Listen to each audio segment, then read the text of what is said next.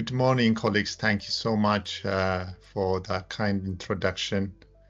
And it's really a privilege to be also part of this conversation. Unfortunately, I couldn't really be there in person. I'm traveling at the moment. And in fact, after this presentation, I have to take a flight back to Johannesburg. So, but it's just a privilege to be part of this really interesting and timely conversation. As you can see on the slide, the title of my presentation is Reclaiming the Social Mandate or the Social Responsibility of South African Universities. And in this presentation, I will try briefly reflect on the social responsibility of higher education in South Africa and how these have been shaped by historical legacies and contemporary global pressures. I will begin by framing the idea of social responsibility and setting out the conceptual foundations, contrasting the dominant neoliberal model of university with the notion of socially embedded institutions. I will then turn to the post-1994 context, highlighting, both the achievements and the limitation of transformation efforts. From there, I will outline key challenges facing socially responsible universities today, before moving towards reimagining possible futures through practical actions and transformative pathways. I will then conclude by arguing for the urgent need to reclaim the social mandate of South African universities as institutions that serve the public good. I do recognize the fact that this is a very contested topic, and it's never simple to speak of social responsibilities of higher education within the contemporary landscape where neoliberal paradigms have come to dominate the ethos, practice, and even the very imagination of academic institutions. To raise the question of responsibility in such context is to confront a paradox between the notion of university as a public good versus a private commodity, and at the same time to speak of the very purpose or a responsibility is to invoke the question of purpose itself. What is higher education ultimately for? So conceptualizing the social responsibility of higher education, especially in South Africa, requires situating the debate within the country's historical legacies, its contemporary socio-economic realities, and of course, global transformation in which South Africa is also part. As we all know, higher education in South Africa has been deeply entangled in the country's complex historical trajectories, at once complicit in sustaining apartheid exclusionary, dehumanizing and rationalized narrative, yet also serving as crucible of intellectual resistance and political struggle. So universities were not only an instrument of social stratification, but also space where critical voices articulated alternative imaginaries of justice, dignity, and equality. So this dual legacy rendered higher education a paradoxical institution, implicated in oppression while simultaneously nurturing movement of emancipation. So to conceptualize its social responsibilities today is therefore to recognize this ambivalence and to acknowledge that the moral vocation of university is inseparable from its capacity to revoke with history, resist the production of injustice, and contribute to the unfinished project of social transformation.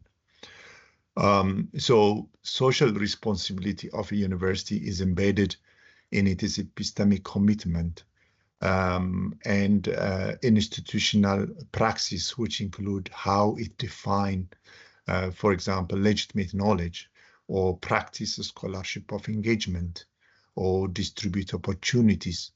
The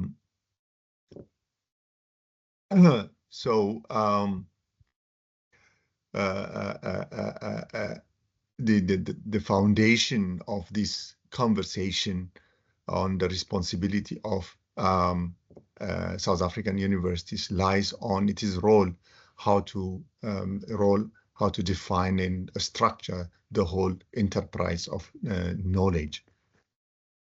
As one of the greatest American educator, Professor Ernest Boyer, who was also the chancellor of the State University of New York in the 70s, coined the social responsibility of university within the notion of scholarship of engagement.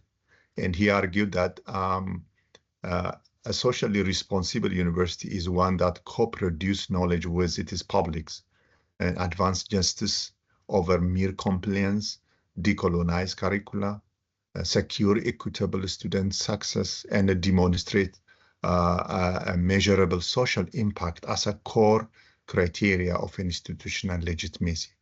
And in one of his writing, he argued, I quote, and you can see it on the screen, the academy must become a more vigorous partner in the search for answer to our most pressing social, civic, economic, and moral problems, and must affirm its historic commitment to what I call scholarship of engagement. His argument affirmed that social responsibility goes beyond the narrow metrics of efficiency and includes the ethical, epistemic, and civic role of universities in shaping democratic and inclusive society. In similar tone, Wagner Santos, in his work titled Social Transformation on the Neoliberal University, which was published in 2022, also argued along by Boyer's sentiment. And Boyer's intervention can be broadly interpreted as a critique of the neoliberal imaginary in which universities are reconstituted as service station for the market, where revenue optimization, efficiency, publication index, graduate output, and ranking metrics are treated as the sole indicator of institutional success, thereby abandoning, their broader civic covenant. So this is a critique of the current neoliberal universities in most countries, where narrow performance indicators or indicating measures used as an indication of legitimacy, and knowledge is treated as a commodity. And against this economistic, reduction, Boyer insisted that academic work be re-anchored in the socially embedded university, one grounded in scholarship of engagement, so that institutional legitimacy is measured not by ranking or metrics, but by contribution to the public good. In this socially embedded model, universities reclaim their ethical vocation by cultivating critical thinking, advancing social justice, safeguarding the plurality of human knowledge, and embedding themselves within communities as agents of transformation. Of course, reimagining a socially responsible university requires more than a symbolic reform. It actually demands a genuine transformation. It calls for a transformative initiative of the kind we recently conceptualized in one of our edited volumes. And such transformation must be understood as a purposeful, a systemic process of fundamental change in structures, epistemologies, cultures, and governance. It entails dismantling interest inequalities, decolonizing knowledge systems, and fostering social justice and inclusivity while simultaneously reconfiguring an institution to become socially responsive, locally relevant, and resilient in the face of global pressure. So in this sense, the university's responsibility is not merely rhetorical, but embedded in practice that align its academic mission with the broader pursuit of democratic future. Of course, the South African higher education system has achieved notable progress since the end of apartheid, laying a critical foundation for the ongoing transformation.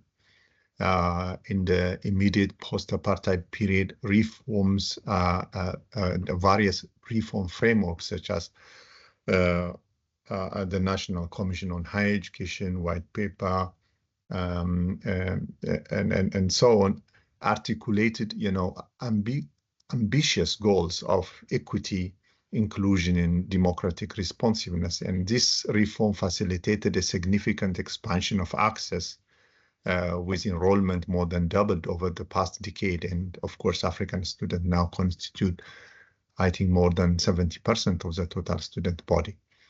And this has also helped to achieve somehow gender equity, and the financial aid through NASFAS also created an opportunity for students historically excluded from higher education. And at the same time, while symbolic reforms such as also the removal of colonial iconography and establishment of various transformation offices in institutions, all these signals institutional recognition of the imperative for change. Although post-apartheid, higher education reform in South Africa has significantly expanded access and introduced notable structural change, the outcome of this initiative remain deeply contested. Policy rhetoric has consistently foregrounded equity, inclusion, and development, yet the reality on the ground reflects uneven and often contradictory results. Reforms have tend to focus on demographic and institutional restructuring while neglecting, the epistemic dimension of transformation. So as a result, entrenched hierarchies of knowledge and power persist, with Eurocentric epistemologies and of exclusionary academic cultures continue to dominate the sector. And these conditions disproportionately also affect disadvantaged students from marginalized communities, undermining the promise of substantive social redress. So the transformative potential of policy has further been eroded by the growing influence of neoliberal market-driven agenda that reconfigure universities into corporate-like entities. While this framework compliance with performance indicators, audit regime, and global competitiveness is privilege over epistemic justice, social inclusion, and critical relevance to local context. So transformation risks being reduced to a box-ticking exercise, measured in racial targets or graduate throughput and publication counts and so on, while deeper engagement with structural privilege, epistemic hierarchies, and the democratic mandate of the university remain deferred. And consequently, reforms often function as a performative gesture that reproduce rather than dismantle systemic inequalities, limiting the university's capacity to serve as a genuine public good in transitioning society. And of course, creating socially responsible university or socially responsive university is not an easy adventure. South Africa University face significant challenge in fulfilling their social responsibilities, despite, notable achievement in access and transformation. And one of the most pressing issue is the persistently high dropout and low graduation rate, with the national graduation rate estimated at only 17%, which is among the lowest. And of course, Black African students are particularly disadvantaged, with dropout rates is, I think, reach up to 35, if I'm not, or 25%, which also reflecting the enduring structural inequalities of the schooling system and the broader society. So coupled with this is also the crisis of graduate unemployment, as it is also mentioned early this morning, and the skill mismatch. Graduate unemployment has reached, I think, over 12.5% this year. And then, of course, with the young graduate age between 15 and 34, the number is even quite high. So a further set of challenge concerns also curriculum and community engagement. And despite, a widespread call for transformation, South African curricula remain heavily still Eurocentric, reproducing, epistemic exclusion and alienation. And the student-led movements such as the Rhodas Must Fall, the Fee Must Fall, which has been the central topic of discussion for this conference, highlighted, the exclusionary academic culture, demonstrating the failure of the institutions to adequately reflect African knowledge systems and lived realities. At the same time, universities are frequently criticized as ivory towers, disconnected from the very communities they are meant to serve. Research output often remain locked in academic silos, with limited evidence of tangible benefit for local communities. Engagement activities are too often treated as secondary to teaching and research, rather than being integrated into the university's core mission of social responsiveness. Moreover, persistence inequalities in access and participation, coupled with governance crisis and adverse social context, also undermine university's role or university's social role. While access to higher education has expanded, of course, since 1994, disparities remain stark, with only 42% of Black Africans completing secondary education compared to almost close to 88% of white, limiting the pool of students able to progress. So at the same time, declining public funding has intensified market-driven pressure on institutions, forcing them to prioritize efficiency, ranking, and income generation activities over civic obligations.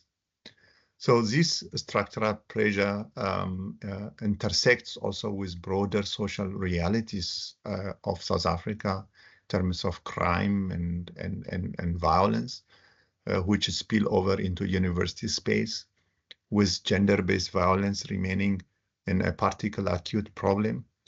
So this challenge highlights, the tension between university civic covenant and their institutional practices, underscoring that social responsiveness in South Africa remain more of an aspirational ideal than an embedded reality, continually contested and negotiated by university leadership on a daily basis. So speaking about the future, reimagining the future of South African universities and reclaiming their social responsibility will depend on their capacity to articulate transformative vision that dismantle structural inequalities, embrace epistemic diversity, and align institutional practice with the imperative of social justice and democratic citizenship. South African universities can begin reclaiming, their social responsibility by focusing first on student success and epistemic transformation. Enhancing student retention requires comprehensive academic advising and mentoring, targeting, financial aid and support for basic needs, especially for historically disadvantaged communities, such as by providing or finding a solution in terms of food and accommodation, which is fundamental. And also, early warning system should be institutionalized to identify and assist at-risk students before they disengage. Equally important is the pursuit of epistemic justice, as we have already said. This entails a systemic curriculum audit to expose Eurocentric biases, integrating African philosophies and indigenous knowledge systems, and also promoting multilingualism in teaching and research. And such measures would ensure that access is not only, broadened, but translated into equitable success, and that knowledge production reflect the country's diverse intellectual traditions. At the same time, universities must also deepen their engagement with communities and address the pressing mismatch between graduate skill and social needs. This might include, building sustained partnership with local schools, NGOs, and civil society organizations is critical to embed higher education within its broader social context. Also, community-based research and service learning initiative can anchor teaching and scholarship in lived realities, ensuring tangible social impact. Parallel to this, universities should also co-design curricula with industry, government, and communities, expanding training in entrepreneurship and digital literacy, and create a strong pathway for experiential learning and internship. And these interventions will not only address graduate unemployment to some extent, but also position higher education as a driver of inclusive economic and social development.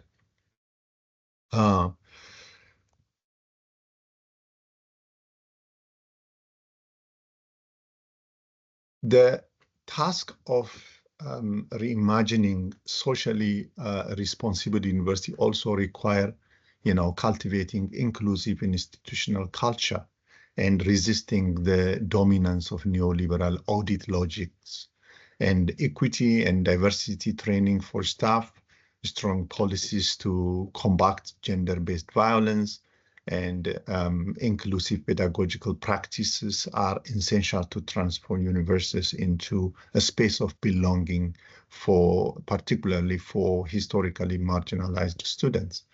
Alongside this, universities need to move also beyond performance indicators that privilege only rankings and throughputs and publication count. Instead, they must reaffirm, success to include community impact, epistemic diversity, and contribution to social justice. Through prioritizing this relevance over compliance, universities can restore their civic vocation while resisting, the reduction of knowledge to commodity. Finally,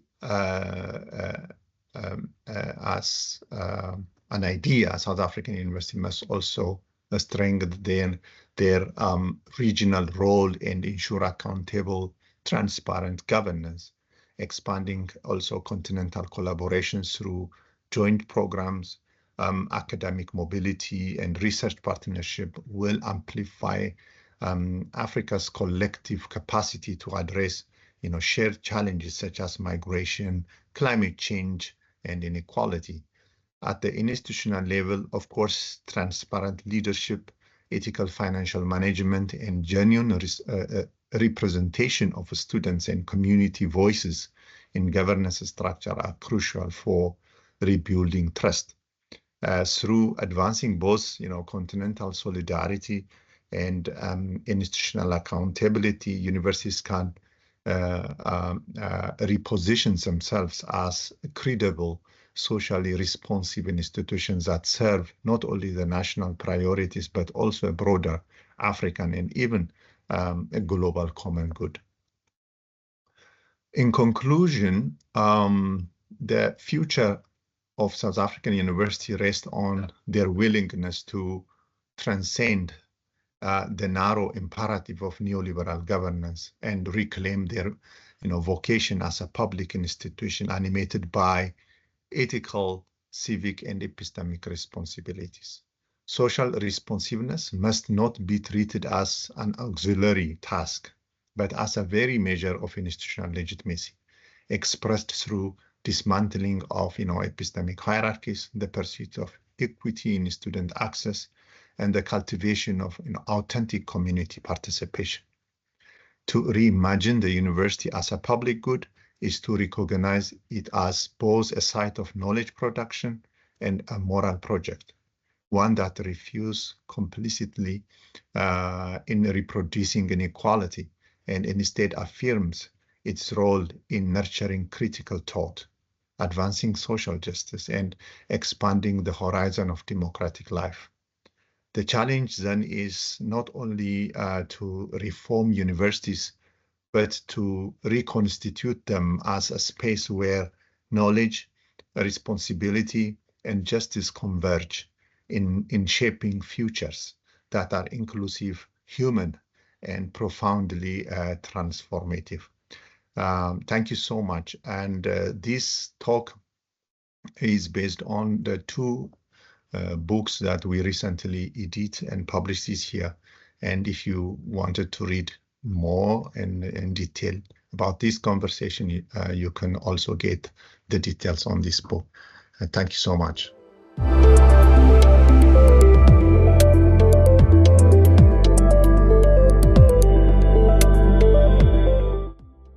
Thank you, Professor Emnet. Thank you very much for a very thought-provoking talk, and with stringed with many strategies that that we can employ, to indeed transform at the end. But let me open the floor to questions. I'm quickly going to gaze the chat here, but please feel free, our chat moderator as well, to jump in if you'd like to point out any specific. I haven't seen anything on Padlet yet. I just do want to encourage all of our audience, both here and online, to please use the Padlet for your thoughts. Okay. So in the chat, we've had one of our transformation person here, representative from the Transformation Office, Bernadette, Dr. Johnson, who also said that fortunately the university has, during 2024, that's FITS, has adopted a new transformation pillar, namely public engagement and being an anchored university. And we also adopted a community engagement policy through the research office. Okay. Bernadette, please feel free to jump in if you'd like to ask something. Sure. Please go ahead. Thanks, Prof, for that engaging conversation, or allowing us to think about things. One of your last points in your conclusion was about social responsiveness as the core measurement of institutional legitimacy. Now, given the current metric systems around, how institutions come up as even valuing themselves sometimes with ranking systems, and where they fit on the competitiveness that is particularly increasing, given your own institution down the road and ours, and comparing ourselves all the time, what would be the change that could be more reflective of a public good, social responsiveness, and how we would measure ourselves away from these traditional habits?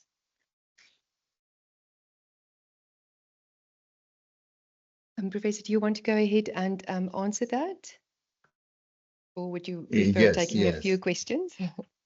I think I can reflect on this, and then we can take more after this. I think this is really a very important question.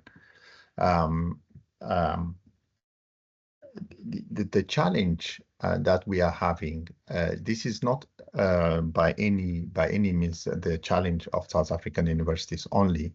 This is the challenge that we are witnessing now in many other universities, is that we prescribe to these global standards to define what success means to our institutions. And unfortunately, this success is measured through these metrics. We celebrate ranking, we celebrate impact in a sense, as a scholar, for example, the impact of your publications and how does that,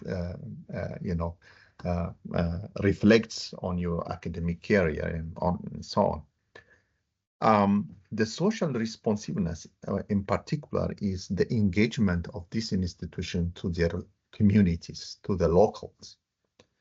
And I'm not saying that they don't really engage, universities don't really engage with communities. Of course they engage, but it's rarely become part and parcel of the institutional strategy.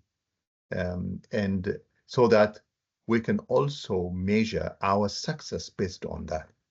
To what extent our activities are impacting the society in which we are located.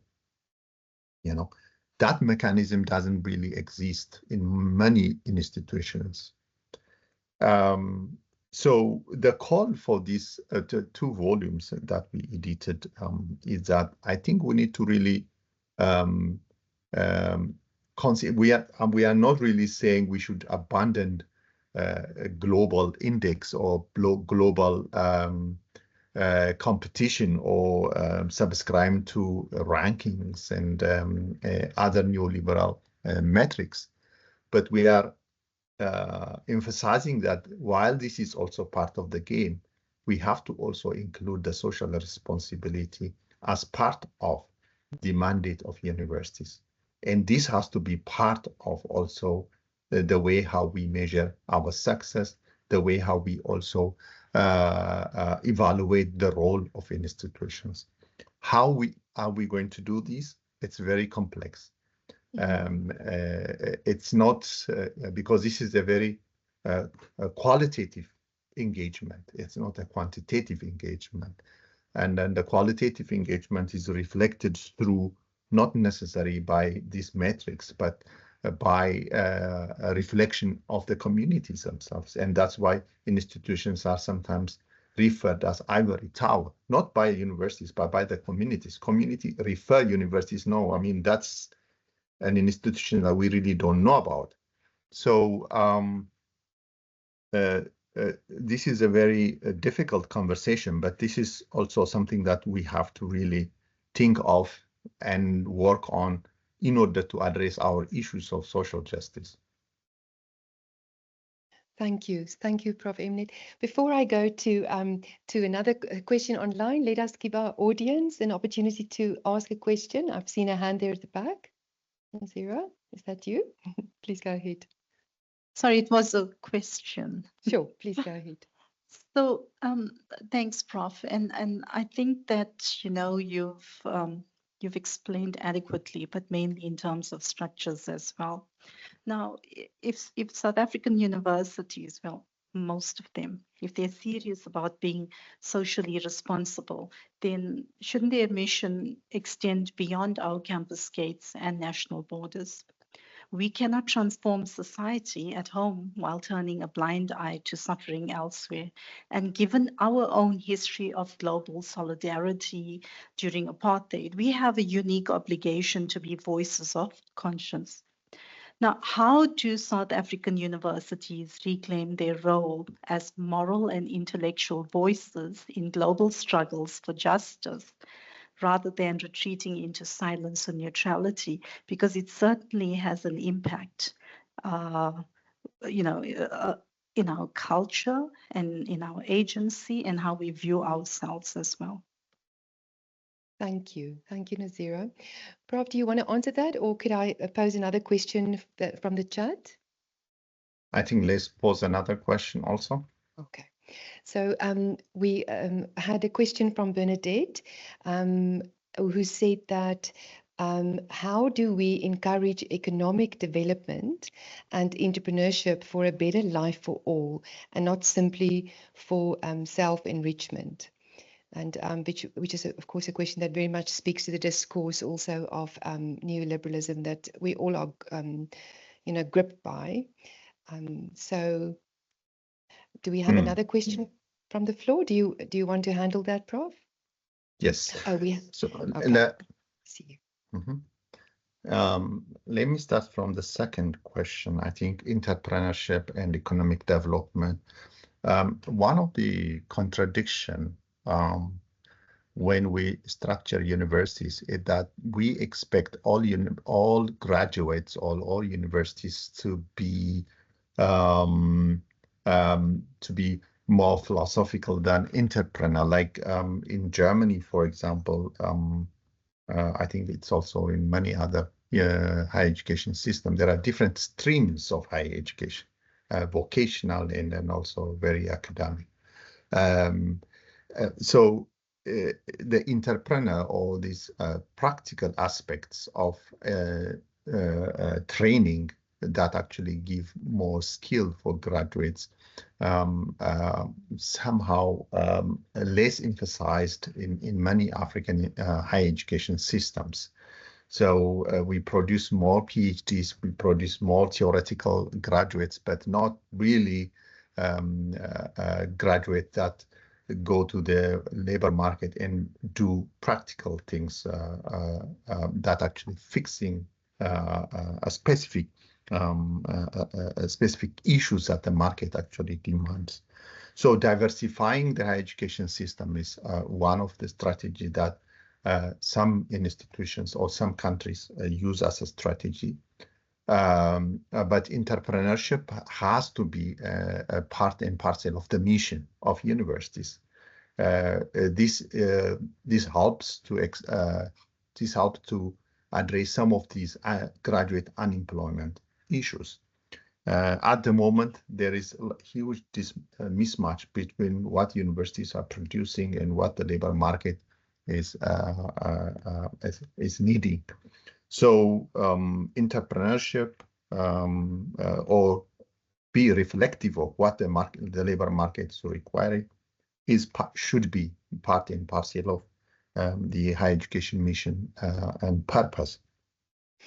And then on the second question, of course, this is a very delicate topic, and it's also related to academic freedom. To reflect on what is actually happening around you, not necessarily within higher education, but beyond. It could be about war, global warming, or issues of genocide and other related things. Universities should have a position or not. That is controversial, and then I have a very different position on that. But I agree with you that universities should not be silent. They should be reflective of this global crisis and unjust wars, and also, serious human rights violations. But again, universities operate within a certain international framework, and it's also related to what we were discussing about this neoliberal framework. There is issue of funding, who's funding an institution and who's not, who's supporting, advocating for this university or not. So the leadership of university always operate within this, broader framework. Which compromise to some extent the academic freedom of their scholarship itself.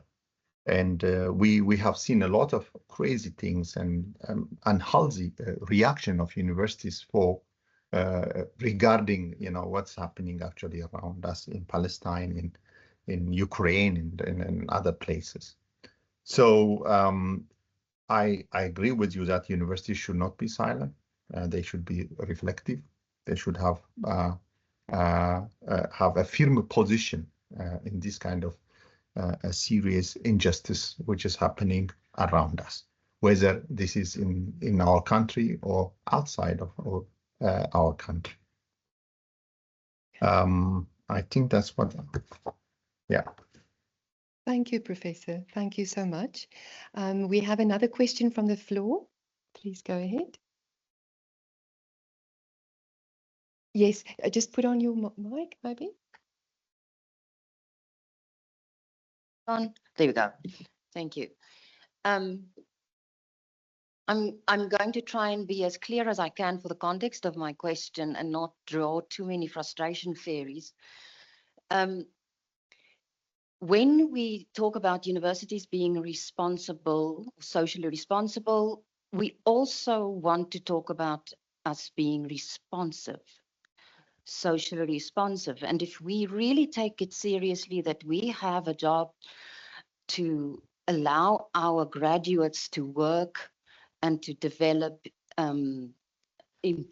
as employees or create employment through entrepreneurship, I want to understand if there is somewhere in South Africa or elsewhere an example of a financial system that can pay community suppliers who do not necessarily have all the compliance and paperwork to be on the vendor system, but who support the social responsive work that we do in the communities.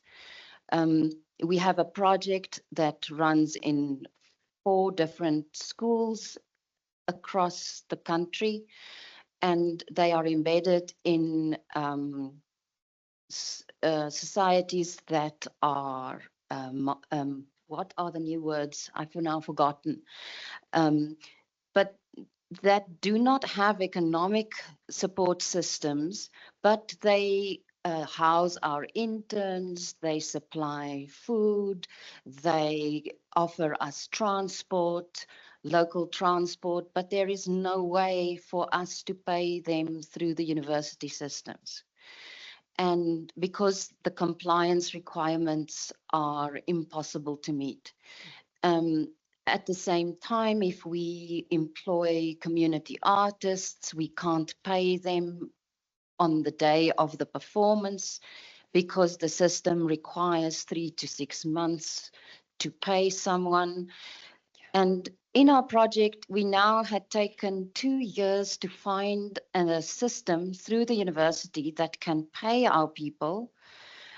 And it is through Wits Enterprise, where every transaction costs us 1,800 Rand to pay a community supplier 250 Rand for a room monthly for one of our interns. None of this makes sense. We have spoken to the dean, we have spoken to Wits Innovation Center, we have talked to so many different people and structures to find ways to solve the frustrating situation of even trying to pay alumni to come and examine students.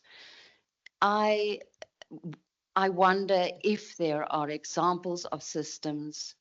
If there are examples of systems like Wits Enterprise who serve the commercial requirements of projects, is there somewhere an example of a structure within the university that can pay local taxis and people who cater pop and skop for our students when they go to Protea Glen schools?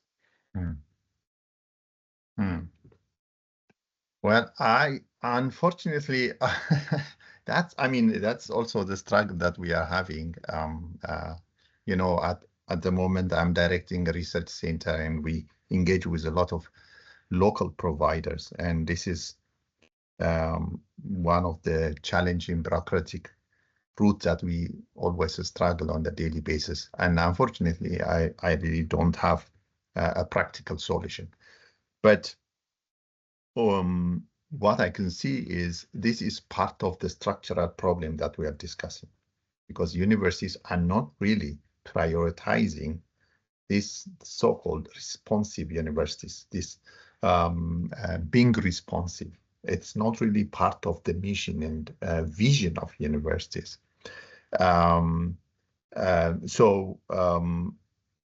Reform will not address this issue.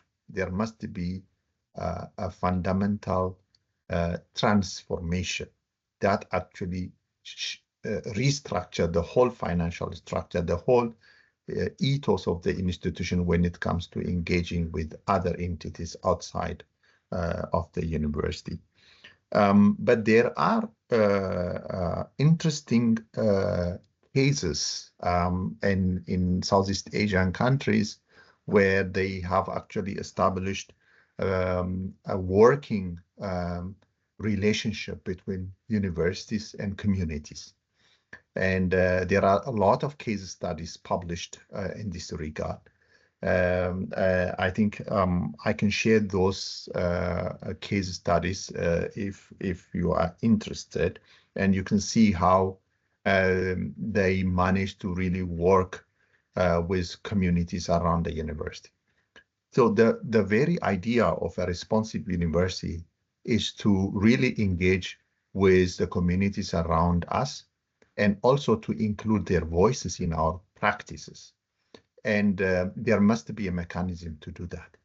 And this mechanism should start from the vision and the mission and the whole structure of the university. So when we restructure the university, when we engage in this transformative practice or exercise, these are some of the things we have to really take into account. And unfortunately, there are a lot of other bottlenecks that academics are dealing on the daily basis. And unfortunately, I'm sorry, I don't have a practical solution or a practical answer for that. But the experiences from Southeast Asian countries, and there are a lot of studies coming out on that. And I think I would really recommend also to check some of their experiences. Thank you. Thank you very much for a great question and for answering that, Prof. Let's conclude with one last question, if I may, from my side. Your presentation was not only stringed with strategic focus, but also with tactical suggestions of what really can be done. My question is, when we return to our offices tomorrow and take a seat behind our desks, what is it that we can do tomorrow behind that desk with what we know now and with a commitment to change? I hope that's not too much of an unfair question, but not only thinking. I guess my question is also not only thinking about it, but how do we put our thoughts on a very micro level into action when we return to our offices tomorrow morning? I think what we can do is to engage with our academic activities and reflect on to what extent what we are doing, whether in our research or teaching, advising practices are actually including the voices of the people around us. To what extent the voices of our students are included in our pedagogical practices, whether this is advising or teaching or research. So I think that's very important. And to what extent what we are doing is impactful to the problem that we are observing on the daily basis around us. I think that is that's where it all started, to reflect what we are doing and what we are seeing around us. Of course, the challenge, as I've said before, it goes beyond us. It's a very huge, it requires a huge transformation of the whole ethos of a university. But this is what we can do and try to include the voices and interests and ideas of the community we are serving, whether it is teaching, research, or community engagement. Thank you, Professor Emnet. Thank you so much for for giving us another bridge between theory and practice towards praxis. Thank you so much for taking the time to engage with us in your very busy schedule. You have given us certainly a lot to think about on various levels of doing and being and becoming.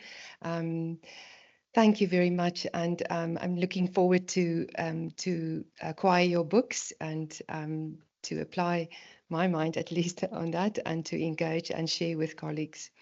Unless there are any other final comments, we are wishing you best travels ahead, and thank you again for engaging. We are looking forward that our pathways cross with yours again in future.